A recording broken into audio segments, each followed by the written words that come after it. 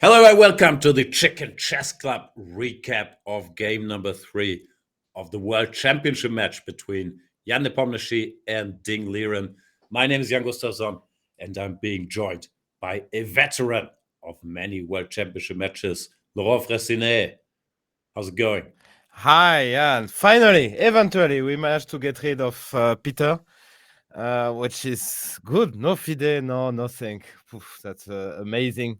He will be back, I'm afraid. But yeah, for today, the two of us, and interesting game. I could follow live very closely the opening. Then I was a bit busy, Wednesday with kids. But still, I checked on my phone, and it looked like. Well played game, actually. Let's jump into Yeah. it. Jan Nepomniachtchi with the 1.5 lead, now with the white pieces. And the first surprise on move number 1, he goes pawn to d4. He's much more of an e4 player, and in the past he's played a couple of 1c4s. d4 he started experimenting a bit with recently, but it was hard to be sure if it was just trying to distract Ding from his true intentions or if it's part of his repertoire now. And And yeah, good to it's see him expanding. yeah, and very interesting because it had one e4 in the first game, so he's trying to find a weakness or to find out which openings Ding wants to play. So apparently the Marshall is not perfect to his taste, and he's trying one d4 just to find out what Ding has prepared. It makes, of course, a lot of sense. The only downside is that you get to see all of Ding's prep, and you can run into some prep. But the match is long, seven wide games, so why not? I like it. Actually, so far, I like the opening choices of both players. Yeah, we'll get to that. I think another advantage of playing both d4 and e4 in a match is that it puts much more stress on Ding's team and also Ding himself, whoever it is. But for us, for example, in the last match, when you could more or less expect Nepomniachtchi to stick to e4, at some point it becomes a little easier because you don't have to prepare for two moves and wonder where the surprise is. So in general, I think nowadays, where every opening is equal once you analyze more, it's good match strategy to play more than one first move. I fully agree. And yeah, it became easier for us and also for the player, not only for the teams, Exactly. but because Ding he has to check now before every game, he has to spend some time on checking the Marshall and all the sidelines. And now he has to check because he doesn't know what's coming in the next game. E4, D4, maybe one C4, who knows? Um, could be anything, basically. This is the message sent by Nepo in that game. And well, this is a bit annoying for both the teams and Ding himself. Yeah, so good decision. The downside is, of course, that Nepomniachtchi doesn't have that much experience in d4 positions, but I'm not sure how big a factor that is. Let's have a look what happened. d4, knight f6, c4, e6. That was to be expected. Everybody plays this at the top level. This is Ding's main repertoire. And the first interesting point maybe is 3 knight to c3, That when I inviting the saw Nimzo. one, yeah, when I saw one d4, I was almost sure that it will be a Nimzo because knight f3, d5, as we saw in the second game, too many options for black. And well, you check first what's with knight c3. While on knight c3, if yeah, as you said, inviting the Nimzo, and then you choose your line. So it can be queen c2, it can be e3, it can be f3, it can even be knight f3. Yeah, so many very decent line, knight f3, a3, many options. Okay, maybe some are more scary than others, but you never know. I mean, you cannot discard a3 here. Yeah, and that explains actually the choice of Ding in the very next move that you just maybe in the next game if Nepo is going for it again, maybe we'll see bishop before because then he will have time to check all the possible Nimzo. But I think that's a very practical option to go 3d5, which cuts White's options here. Yeah, in a way, both sides are trying to limit the playing field and to determine what line is on the board. That's why 3 knight c3 is a very typical, in a way, beginner's 1 d4 move because you can really control the territory. Most people play Nimzo, and you only have to prepare whatever you prepared for e3. While Ding is saying, no, I don't want to find out what you prepared, and I will play d5, after which pretty much everybody, especially since with white, you avoided knight f3, d5, knight c3, it's very unlikely that you will get the same position via the different move order. So pretty much everybody takes here, and now Ding has got to choose the territory. The price to pay is that this is supposed to be a little more pleasant for white, but we can get into that. Yeah, very interesting. We had back in the days, Jan. I'm sure you remember, and we'll mention it even later because we showed one game. We showed one game which I lost, which was very similar to the same plan. I can't recall who was it against. Yeah, I don't know. I can't. We will reveal the name a bit later. Maybe that was your start of spying. You know, your spy job started at that time when we made this video series about pawn structure, and we discussed this Carlsbad structure, which are very, very interesting and very complex. Many plans for both sides, very rich. Yeah, so bishop g5, the normal move here. All of this is fairly standard stuff. e3. Yeah. Now black has his option to go for this endgame, but it's not really Ding style or very pleasant. So I didn't expect this. I did expect that as anti-Nepo, because Nepo likes this dynamic stuff, but of course it's risk-free for white basically. And yeah, it's not in the style of Ding, but he could have thought that against Nepo, you play some endgame with some finesses. Maybe it's not the best area of Nepo. I don't know what you think about that, but I would be tempted. I don't know. I would think in general Nepomniachtchi is probably quite well prepared even in d4. In this line, you can prepare at least a setup or a plan to ask some questions. And Ding, I like what he does here because he makes it not too forcing. Of course, we're still following theory, but I think he just wanted, since he's played horribly, frankly, the first two games, to play a structure where not too much can go wrong and it's not so much move by move. So he chose this line. h6 is the modern move. Bishop h4, bishop e7.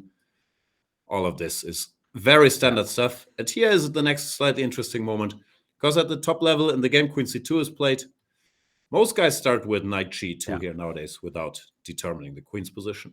Yeah, it's supposed to be a bit more precise, as far as I know. But yeah, of course, you cannot blame Nepo on that queen c2 move. I mean, I guess it was worked out at home. So yeah, both options are very, very, very reasonable. But 92 became clearly the main move. Yeah, I'm a bit surprised with queen c2, because if you want queen c2, you can always do it later. And here the main line is rook e8, followed by knight bd7. And now white has a choice. He could play pawn to f3. That's the old line, where black has all these sharp b5 plans. Maybe we'll talk about those later. This is supposed to be topical. Pawn to a4 to stop b5 is all the rage. Looks very strange, but that's what computers are showing. And queen c2 would take us back to our game. But Nepomniachtchi decides to start with queen c2. Rook e8, knight g2, knight bd7, short castles. We have this position. And we should mention at this point, or at some point, that we're still following a game by a certain Anish Giri with the white pieces against Ding Liren from the year 2022. And Ding just decides to follow his own game. Yeah. Plays the move a5 here, which is far from forced. That's what he played against Anish as well. There are certainly other options, knight to h5, knight to f8. Very possible. I think even knight h5 is probably the main move, I guess. This is it's actually the plan I used to against the same Giri, the game we mentioned previously. But yeah, he still had. I played knight h5 with the queen on d1, and I didn't know that plan at that point. It was 2015. It was pretty new that he played queen d1 d2 in one go. As you mentioned, he started with knight g2. So yeah, that was. Yeah, exactly. Instead of rook e8, I think knight h5, and yeah, I think knight bd7 and with rook on f8. Ah, sorry. Yeah, knight g2, knight bd7, castle, knight h5, takes, queen d2. Okay, still new, but rook e8, rook a1, and here you want a clear tempo. Then he went this knight c1, which we will see later in the game. And well, it was pretty newish at the time. I mean, he played an excellent game. Let's. We showed it in our video series. We only show good games, and in general, I don't like showing my loss. I mean, as everyone else. But that game, I mean, I cannot be ashamed to lose. I mean, to lose like this has always been fine to me when the Do guy you is want to talk the playing whole like this. video about your game against Giri, or shall we have a look at the Yeah, let's let's have a Nepomniachtchi game. ending? Let's have a look. No, I'm just mentioning because we mentioned it before, and it's very relevant actually. Mhm. And A5 is normal. It's been influenced by artificial intelligence. You just take some space on the queen side. We saw some plan actually as white A4 tattooing A5 is also a plan. It became very fashionable in recent years. So well, this A5 cannot come as a surprise. Yeah, the thing is, if white goes f3, which is the typical plan to try to push e4 here, then black typically counters with b5, and there Yeah, a5 is exactly. also useful to have. Now you're preparing b4 and c5. This is supposed to be nothing special for white. So in a way, it's a strange position where white needs to find a good, like, half waiting move, not showing his intentions yet, because it's a bit unclear what goes where and why. The opponent should choose a3. I don't know how to come back after this f3 b5. I don't know how you felt about it when you saw it for the first time, but this went against all what I learned in my childhood that you cannot touch. Yeah. I mean, white as a minority attack will try to play b4, b5. And then maybe after b4, you go b5 as black to get the c4 square. That was incredibly shocking to me. But yeah, that's how chess evolution is, and maybe we are not. We'll have some new surprises, new plans in that position because Yeah, that modern was really chess unexpected. looks very strange for classically trained Yeah. eyes, as you mentioned. Although in a way it's logical. Black has more pawns here, Yeah, so he that's pushes true. them and Yeah. tries to create something. Also trying to distract white from his break e4. But yeah, it was very strange to see for me as well when this played Yeah, in the majority structure. attack, yeah, basically instead of minority attack. Other fun fact here is if you go a4, which is also logical, trying to stop this. Now the best move is knight back to b8. Uh-huh. And That's now you want to go typical. knight a6, Yeah. knight b4. I always enjoy knights retreating to b8. Yeah. But the opponent plays a3, half waiting move, controlling this square. You could still, depending on circumstances, go for this minority attack, but basically wants to see what black does next. Knight h5, we mentioned, this is the typical plan. Black actually wants to exchange these bishops because in an ideal world, white would want to go, I don't know, rook a1, f3, bishop f2, and e4, keeping as many pieces as possible on the board. This prepares some counterplay. Takes, rook a e1. Yeah, nothing, everything absolutely standard for both players. But we can mention that I was a bit surprised by, but it's always like that in World Championship matches. They was taking a lot of time to reach that position, while we could imagine both players blitzing out their moves because they checked this at home. Even if Ding, I liked it. He spent much more time today on the board. And sitting at the board, so that was nice to see. Much more focused, much more confident, I would say. He looked. Yeah, it looked like he arrived, at least from his presence, also from his play. No longer hiding, wearing that strange jacket. But yeah, I agree on the time spent because they're still following the game Giri versus Ding. This is still the position from that game, and Ding spent almost an hour up to this point already, which was maybe a bit excessive. Of course, you want to check a bit where you could be hit, but to spend an hour seemed a bit much. Anyway, moves are logical. Even Magnus, I remember in the many World Championship match he played in, he was playing much slower in during the match than during normal classical tournaments. So yeah, not a big surprise. Yeah, knight to f8 played here. And Nepomniachtchi goes for this move knight c1, similar to your game against Giri. That's why he chose this rook to go here. The knight gets out of the way. Maybe wants to do something on the queen side, but maybe also wants to help to prepare f3. Okay. Now that the pawn is covered. Still following that game. Knight back to f6.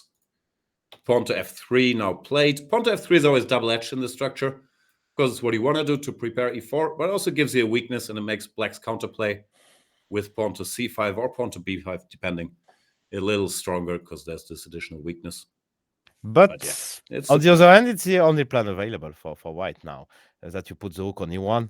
I mean, if you play rook a1, if you don't play f3, then it's just doesn't make any sense. So, yeah, basically the only plan, and Nepo is of course trying to get an edge out of the opening. Yeah, knight to e6 played, touching this pawn, so you can't play e4 directly. And now we see the first deviation from the infamous Giri Ding game. Knight 1 e2 is played. In that game, queen to f2 was played. But then I checked a bit. The computer says b5 is very fine for black.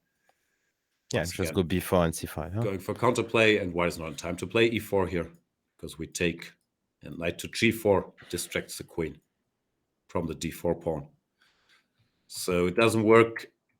Therefore, why would I have to do something slow here? Computer says black is doing very well. So knight back to e2 might look a bit strange because white just played knight to c1, but the situation has changed a little. The black knight is on e6. This pawn is no longer attacked, and he wants to prepare e4, control this pawn, and control this square. So it's a logical move. Here I was surprised by Ding's choice. He goes pawn to c5. Yeah, I thought that was one of the. I mean, b5 is also available there. I guess it's b5 or c5, right? Yeah, you have to do something before white is fully ready to play e4. But yeah, the more aggressive plan and the move the computer always yells in these positions is b5. So I was expecting that here as well. When white is still not in time to play e4 because you go b4 and this construct is too shaky. Or you could actually take queen a7, also good. Yeah, so hard to explain, yeah? Why actually that's true, yeah. Nothing wrong with c5, but b5, I agree with you. B5 looks very natural, and computer is recommending it in every second position, so yeah. Yeah, c5 is of course logical, stopping e4. I thought he's giving up any chance to be better, which maybe is not what you're thinking about. You're trying to stop e4, but it does stabilize the position in such a way that it's hard for me to imagine white being worse, although we'll get to a point later in the game where maybe that could have been the case. Now white faces a choice what to do. Nepomniachtchi chooses bishop to b5, which I was interpreting a bit as a somewhat peaceful move. He doesn't want any risk. He doesn't want to have to think about c4. He doesn't mind exchanges down the stretch with bishop d7. But if he wants to fight for an advantage, I think here's the place to look. Computer was giving, for example, knight to f4, which is interesting. Yeah. And black cannot take because after takes everything, king f2, his pieces are just out of play, and the queen is stronger than the two. And you take the pawn, yeah? Yeah, this is just bad for black. After knight f4, black would have to solve some problems, some moves here. Bishop d7 is possible, rook d8 is possible, and the game continues. But I think this could have been a way to ask some questions. The computer also mentions queen d2 just to keep the tension. Very logical. Covers everything. Bishop can drop back. And also, yeah, exactly. Yeah, c4, bishop c2, or bishop b1, and you will go e4, and it looks very good for white. Yeah, so yeah, I agree that bishop b5 is pretty poor. Well, I don't know what's. I'm sure Nepo went to the game wanting to to score one more win. Why not? But without taking too many risks. So this is hard to achieve against Ding in form. I mean, who's playing a good game so far. Yeah, I also think it might be somewhere in the back of your head. Of course, you understand it's too early in the match to try to start making draws from here. But you also just took the lead and you don't want to go too crazy. So I think you come with a plan of trying to put pressure while Ding feels shaky. But then, if in doubt, maybe your hand is saying, okay, let's not go too crazy today. Bishop b5, a very safe choice. And Ding reacts well. He's playing a good game today. He goes rook to d8. Bishop d7 might look tempting to exchange the stupid bishop, but then white takes, queen takes, and knight to a4. And you have to answer some direct questions. It's not over, but it's a little bit. Yeah, I'm sure that also Nepo had the secret hope that Ding would collapse by himself, simply because the previous game was so bad from Ding that okay, you don't expect that, but you think it's not impossible, and indeed it was not impossible. But good, I mean, good that Ding so far is playing a good game, and he will keep on playing well, and we may get a match. Yeah, rook to d8. Nepomniachtchi takes on c5, once again an indicator he doesn't want anything too crazy. You could still continue the game with something like queen d2, keeping the tension. Black plays some move like b6, and the computer says roughly equal. To me, it still looks slightly more pleasant for white, but might be a matter of taste. It's nothing special happening. Yeah. He goes d takes c5, queen takes c5, queen to d2 to cover the pawn. The reason I'm saying this is peaceful is because Ding could have played pawn to d4 here. Yeah, exactly. Simplifying, and I think there's just nothing happening. I checked. Nothing happening. Yeah. There's nothing better than exchanging everything. This at first sight might look a little better for white, but there's really nothing there. If, let's say, king f2, bishop e6, rook d8, and if rook e7, you have many moves. But for example, king f8, rook c7, rook b8, and next move, bishop e6, is also just equality. Yeah. They're strong enough to see that. So Ding chooses not to do it, but instead goes bishop to d7, which I thought was a good sign, because he decides to play for a win in a position where it looked very natural to just simplify and make a draw. And he's also rightly evaluated that he's not worse, that Nepomniachtchi has the potential to go wrong here. So I was impressed with this decision. Yeah, maybe he felt as well that bishop b5, was a bit soft. So maybe already Nepo wants to call it a day, and why not to play a bit? After all, is okay. Of course, many games to go, but he's -1. So well, why not to keep the game going if he feels well, and he feels his opponent is a bit slightly weaker than usual, trying to make a draw, basically. Yeah, he showed some good spirit there because it's so tempting. Yeah. to simplify, and also good understanding, because yeah, we will see in the game there is something to achieve here. Nepomniachtchi takes, which is a small inaccuracy, as you can see by the engine bar dropping a little bit.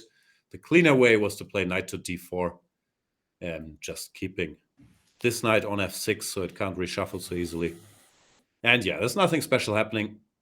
Black could take here, play this type of endgame, but if anybody is a little better here, I guess it's white, although it's not much.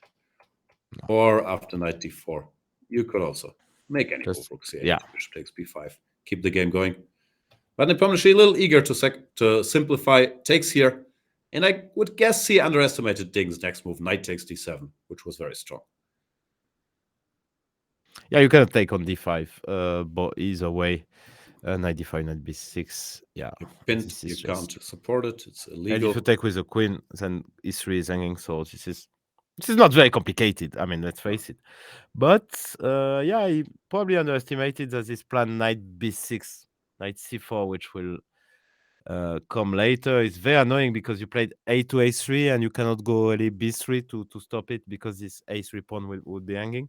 So this is small. Yeah, you start to feel as white a bit, uncomfortable.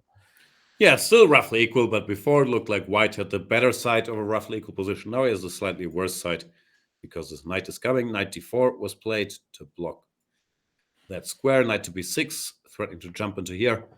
And another maybe micro inaccuracy, rook d1. It's not too bad, reinforcing things here, but it gives Ding some time to keep putting pressure. The computer's line is rook c1, also logical. Knight c4, queen f2. Keeping control more or less with in about equal position. So rook to d1 played, knight to c4, queen to f2. It was an interesting moment because Ding could take a pawn. Knight takes a3. Takes, queen takes c3.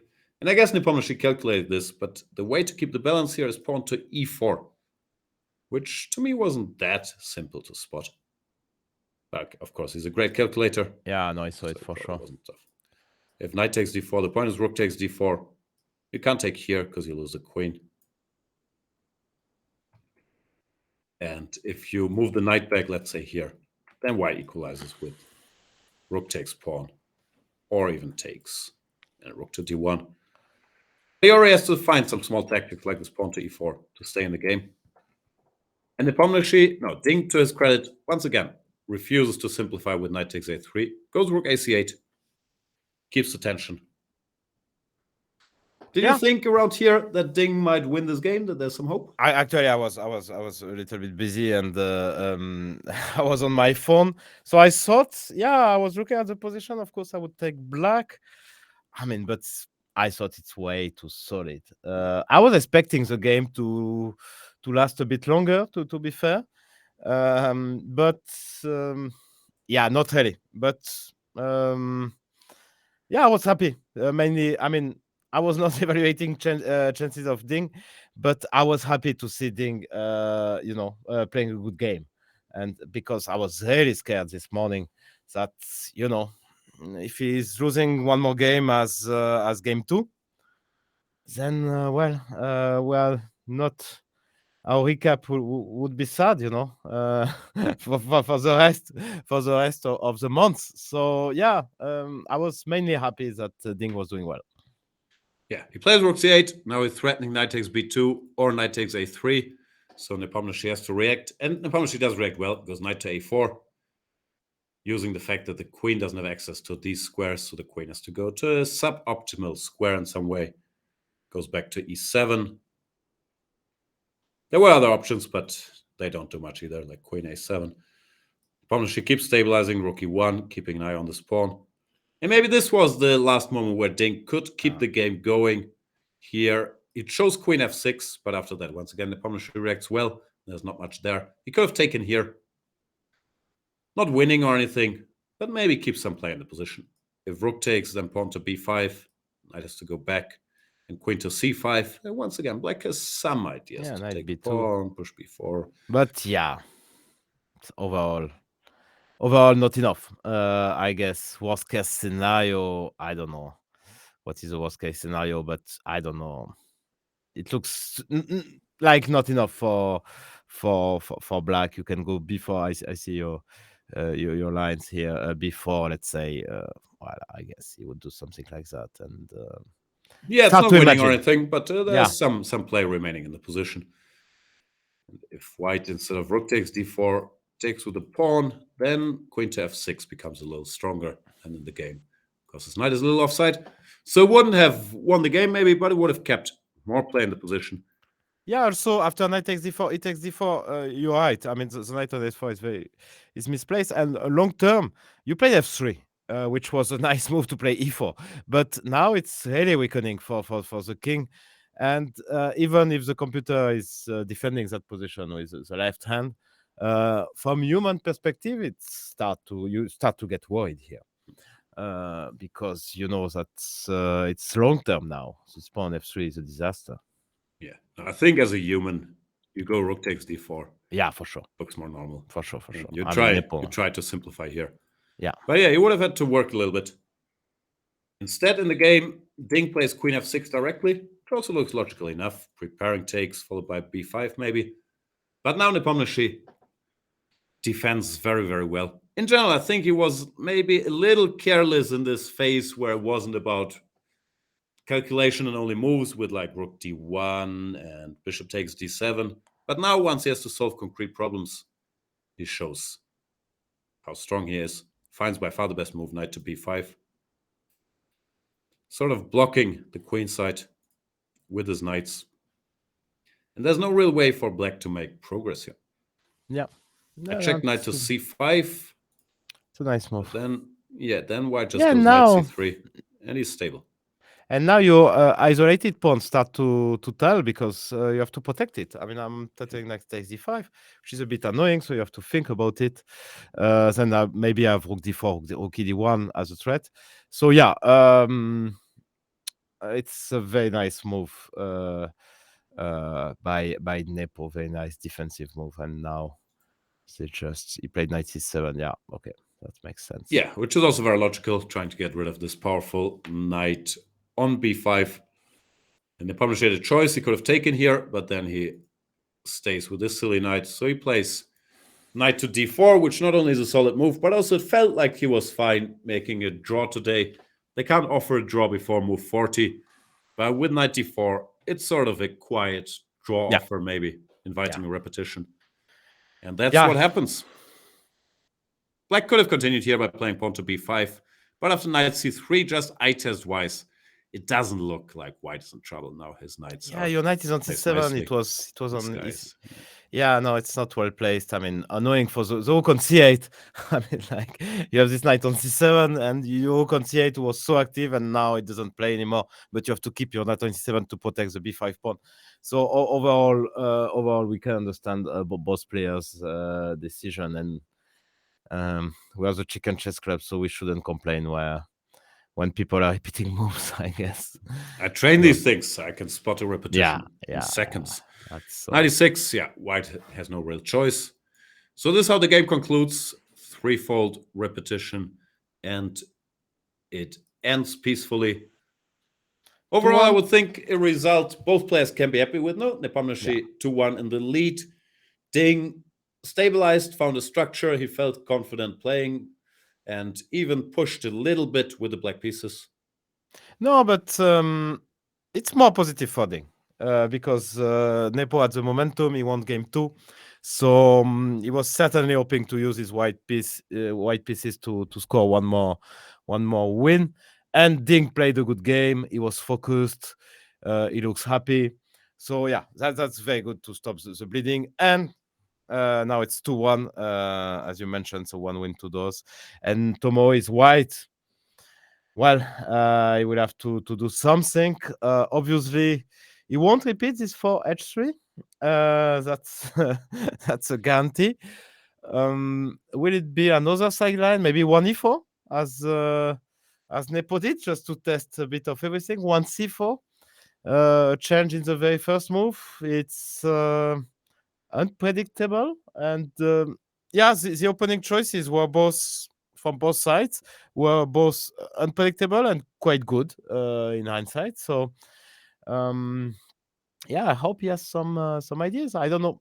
Maybe at some point they will run out of ideas because this is 7 white games for both, but so far they both showed that okay, they prepared quite a lot. So yeah, it will be interesting. I'm very curious. I don't know what's your take on that. Bishop on g2 finally tomorrow. We'll find out tomorrow. 1 c4 would seem like an obvious choice, but it's also something, of course, Nepomniachtchi has prepared for. It's something Ding has done a lot. The good news for us as chess fans is it looked like Ding has somewhat arrived in the match, stabilized a little bit, played a good game. But as our dear friend Niels Grandelius would say, it's better to be +1 than to be -1. So we shouldn't But write off Nepomniachtchi. yeah, but he used to that, so it's good. It's good. We have our boy back. Ding. Well, tomorrow's game, of course, as every game. I mean, okay, it's very, very important not to lose for Ding. That would be a disaster.